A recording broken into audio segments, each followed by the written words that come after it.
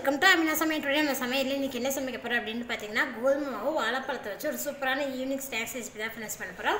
பாருங்க फ्रेंड्स எவ்வளவு நல்லா சாஃப்ட்டா இருக்குன்னு.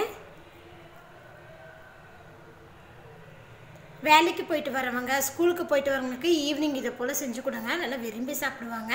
கோதுமை மாவும் வாழைப்பழத்தையும் வச்சு ரொம்ப சிம்பிளாவும் டேஸ்டாவும் இந்த ரெசிபி எப்படி செய்யலாம்னு வீடியோல போய் பார்க்கலாம். வீடியோக்குள்ள போறதுக்கு முன்னாடி எங்க சேனலை இதுவரைக்கும் சப்ஸ்கிரைப் பண்ணிக்கலன்னா சப்ஸ்கிரைப் பண்ணிக்கங்க. பக்கத்துல இருக்கிற பெல் ஐகானை கிளிக் பண்ணுங்க. வீடியோவை ஸ்கிப் பண்ணாம பாருங்க. ரெண்டு வாழைப்பழம் பாத்தீங்கன்னா நல்ல பழுத்த வாழைப்பழமா இந்த மாதிரி கட் பண்ணி வச்சிருக்கேன்.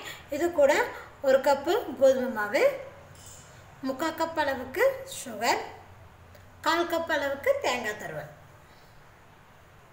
மிக்ஸி ஜார்ல நம்ம கட் பண்ணி வச்சிருக்கிறேன் பழத்தை இதில் சேர்த்துக்கலாம்.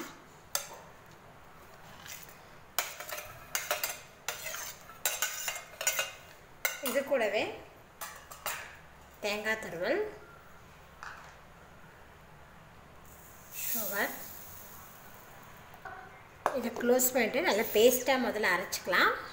பார்த்தீங்கன்னா நல்லா பேஸ்ட்டாக அரைச்சி எடுத்துட்டேன். இப்போ இது கூட பார்த்தீங்கன்னா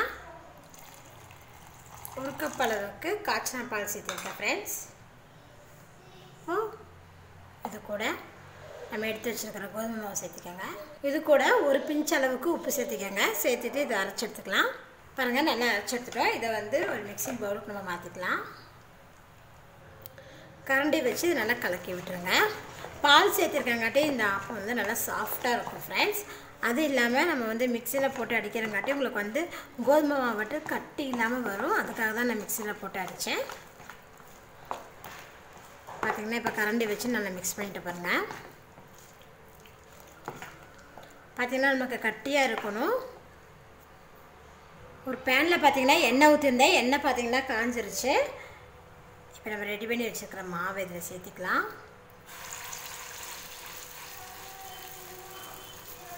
ஃப்ளேம் வந்து மீடியம் ஃப்ளேமில் வச்சுருங்க. கரண்டியால் எடுத்து சின்ன சின்னதாக போட்டுக்கலாம். மாவு எண்ணெயில் போட்டதுமே பார்த்திங்கன்னா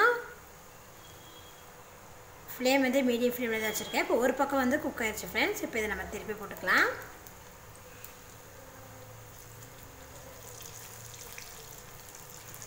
இப்போ பார்த்தீங்கன்னா 2 பக்கமும் நல்லா குக் ஆகிடுச்சு. இப்போ இதை நம்ம எண்ணெயிலேருந்து எடுத்துக்கலாம்.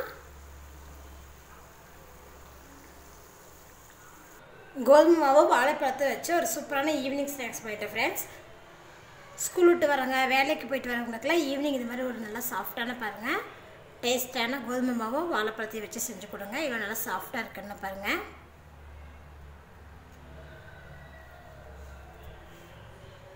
என்னோட இந்த வீடியோ உங்களுக்கு பிடிச்சிருந்தா லைக் பண்ணுங்கள், உங்கள் ஃப்ரெண்ட்ஸ் ஷேர் பண்ணுங்கள். மறக்காமல் ஆமினா சமையல் சப்ஸ்கிரைப் பண்ணிக்கங்க. நன்றி.